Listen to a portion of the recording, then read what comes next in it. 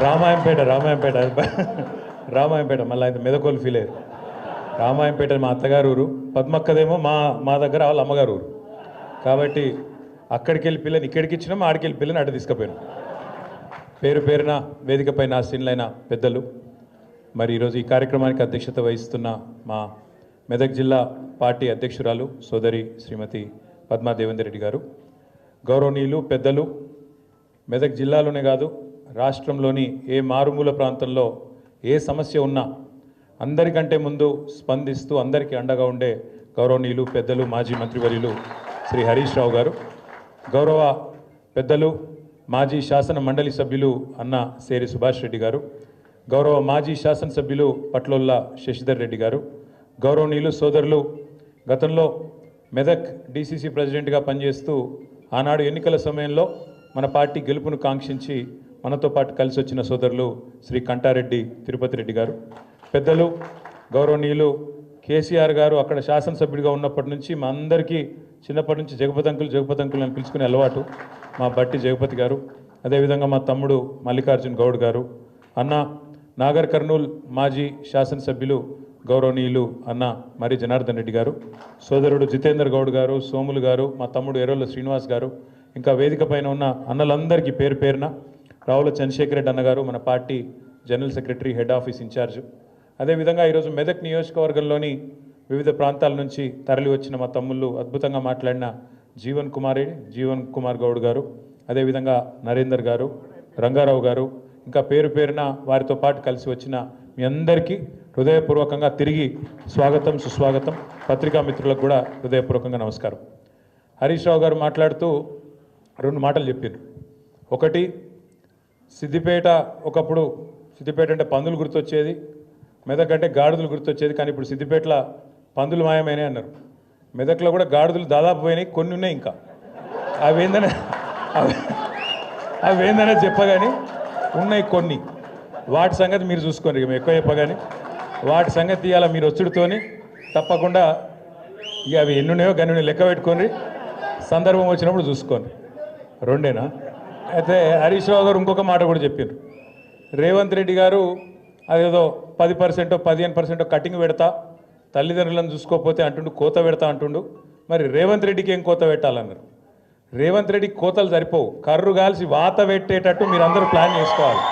ఎందుకంటే ఇంతకంటే లేకి ముఖ్యమంత్రి ఇక్కడ మస్తు మందిని చూసినాం. మనం కూడా ఎన్టీ రామారావు గారిని చూసినాం, చంద్రబాబు నాయుడు గారిని చూసినాం, రాజశేఖర రెడ్డి గారిని చూసినాం, రోషయ్య గారిని చూసినాం, కేసీఆర్ గారిని చూసినాం. ముఖ్యమంత్రి అంటే ఇక మధ్యలో కిరణ్ కుమార్ రెడ్డి ఉండే కానీ లెక్కలో లేడు ఆయన, పెద్ద ఆయన ఆఖరి కిరణం కాబట్టి లెక్క పెడతలేము.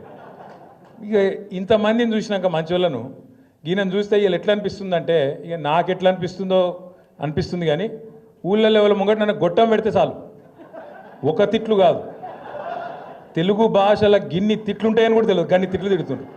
నిజంగా చెప్తున్నా, ఇంకొకడు ఎవడన్నా రేషమునోడైతే ఈ పాటికి ఒక బకెట్లో నీళ్ళు తోడుకొని ఆయనతో దుంకి చచ్చిపోతుండే. రేవంత్ రెడ్డి కాబట్టి నడిచిపోతుంది. సిగ్గు ఇజ్జతు మానం ఏం లేవు. అరే నోరా మోరే అది. ఎలక్షన్ల ముందు ఏం చెప్పిండే ఆయన? మీ ఉరుకుర్రి 2 లక్షల రుణం తెచ్చుకోండి, నేను చెప్తానే ఉన్నా, వస్తూనే ఉన్నా, 9వ తారీఖు సంతకం అన్నాడు. మళ్ళీ ఇప్పటి వరకు 50,000 కోట్ల రుణమాఫీ అని ఇప్పటిదాకా రైతుల ఖాతాల్లో 12-13 వేల కోట్లు కూడా దాటలే వేసింది. కానీ అయిపోయిందని చెప్పి ఇలా ఉదరగొట్టే ఉపన్యాసాలు. రైతు బంధు కేసీఆర్ బిచ్చమేసినట్టు 10,000 ఇస్తుండు, నేను 15,000 ఇస్తా, నేను నన్ను ఓటేయండి గుద్దుండ్రి అన్నాడు. కేసీఆర్ 2 పంటలకు ఇస్తుండే, నేను 3 పంటలకు ఇస్తా అన్నాడు. వేసిండా రైతు బంధు? వస్తుందా? ఇలా సిగ్గు లేకుండా 2 సార్లు ఎగ్గొట్టి మొన్న అది కూడా మళ్ళీ అరకొరగానే వేసి 15,000 అని చెప్పి 12,000 ఇచ్చి దానికోసమట సంబరాలు చేసుకోండి, ఇక మొత్తం దేశమంతా ఉరికురికి సంబరాలు చేసుకోండి అని చెప్పి రైతు వేదికల కాడ సంబరాలు చేసుకోమని చెప్తా ఉన్నాడు. దాంతోపాటు ఎన్ని మాటలు, అత్తకు 4,000 ఇస్తా, అత్తకు 4,000, కోడలకు 2,500 వచ్చినాయి. అత్తకు 4,000, కోడలకు 2,500. ఇక సిగ్గు లేకుండా ఇంకా మాట్లాడతాడు రేవంత్ రెడ్డి. ఈసారి 100 గెలుస్తాడట, 100. అందుకే నేను చెప్పిన 100 నీ బొందనా అని చెప్పిన. నేను నిజంగా కూడా ఇప్పుడు మరి ఆయనకు నాకు ఇట్లా మాట్లాడేది ఇష్టం ఉండదు నిజానికి, కానీ ఆయనకు ఆయన భాషనే అర్థమవుతుంది. ఎవడన్నా ముఖ్యమంత్రి ప్రపంచంలో, మొత్తం ప్రపంచంలో ఎక్కడన్నా ఏం చేస్తారు? ఆయన కోసుక తింటారా అంటాడు ఎవడన్నా? అంటాడా అసలు? ఎవడన్నా బుద్ధినోడు ఎవడన్నా ముఖ్యమంత్రి ఢిల్లీకి పోతానని దొంగను చూసినట్టు చూస్తున్నారు, చెప్పులు ఎత్తుకపోతాడేమో అని చెప్పి అపాయింట్మెంట్ ఇస్తలేరని చెప్పినోడు ఎవడు ఉన్నాడు ఇదివరకు? అందుకే నేను అన్నా, ఉత్తగానే అంటలేను, ఉత్తగానే ఆయన తిట్టాలనే నోటి తీటతో అంటలేను. ఎన్టీ రామారావుని చూసినాం, చంద్రబాబు నాయుడిని చూసినాం, రాజశేఖర రెడ్డిని చూసినాం, రోషయ్య గారిని చూసినాం, కేసీఆర్ గారిని చూసినాం, ఇవాళ ఈయన చూస్తాను. చూసినాక ఏమనిపిస్తుంది మరి? గిసొంటి మాటలు మాట్లాడేటోడు తెల్లారి లేస్తే పనికి మాలిన మాటలు, అది ఇప్పుతే నోరు ఇప్పుతే పాపం ఇళ్ళకెళ్ళి డ్రైనేజ్ కంపు తప్ప ఇంకోటి రాదు. గబ్బు మాటలు, గబ్బు వ్యవహారాలు. కేసీఆర్ గారు లాంటి నాయకుడిని పట్టుకొని ఆయన మీద ఇష్టం ఉన్నట్టు మాట్లాడొచ్చునా? తెలంగాణ తెచ్చిన వ్యక్తి ఇవ్వాలని వాడు కూర్చున్నావు అంటేనే, ఆ కుర్చీలో కూర్చునే భాగ్యం నీకు వచ్చిందంటేనే దానికి కారణం కేసీఆర్ అన్న ఆయన అని నేను గుర్తు చేస్తా ఉన్నా. కేసీఆరే లేకపోతే, టీఆర్ఎస్ఏ లేకపోతే, గులాబీ జెండానే ఎగరకపోతే తెలంగాణ వస్తుండేనా? అది తెలియదా రేవంత్ రెడ్డికి? ఇలా పని చేసిపోయినట్టే కదా హరీష్ అన్న కింద మన జీవన్ లెక్క ఆయన కూడా శిష్యుడుండే.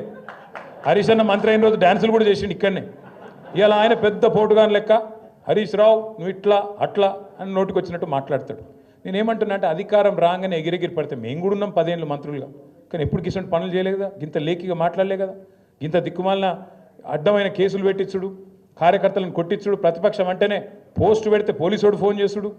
మన నర్సింగ్ అని మన పిల్లగాడు ఏడునో అగో నర్సింగ్ ఒక్క పోస్టు పెడితే ఆ పిల్లగాని పోలీసులు తీసుకుపోయి పొట్టు కొట్టింది.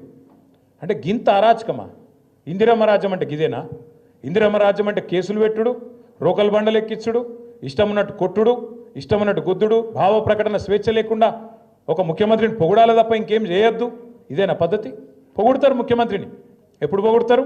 నువ్వు ఇచ్చిన హామీలు నెరవేరిస్తే, నువ్వు తెలంగాణ మీద కక్ష చూపెట్టకుండా, తెలంగాణను ప్రతిరోజు అవమానించకుండా, కేసీఆర్ గారి కంటే తెలంగాణకు నువ్వు ఎక్కువ చేస్తే తప్పకుండా నీకు కూడా 4 మంచి మాటలు చెప్తారు. లేకపోతే బరాబర్ మాట్లాడతాం. తెలంగాణ సమాజంలోనే, తెలంగాణ రక్తంలోనే తిరుగుబాటు తత్వం ఉంటుంది. ఇలా 3.5 సంవత్సరాలు ముంగట పెట్టుకొని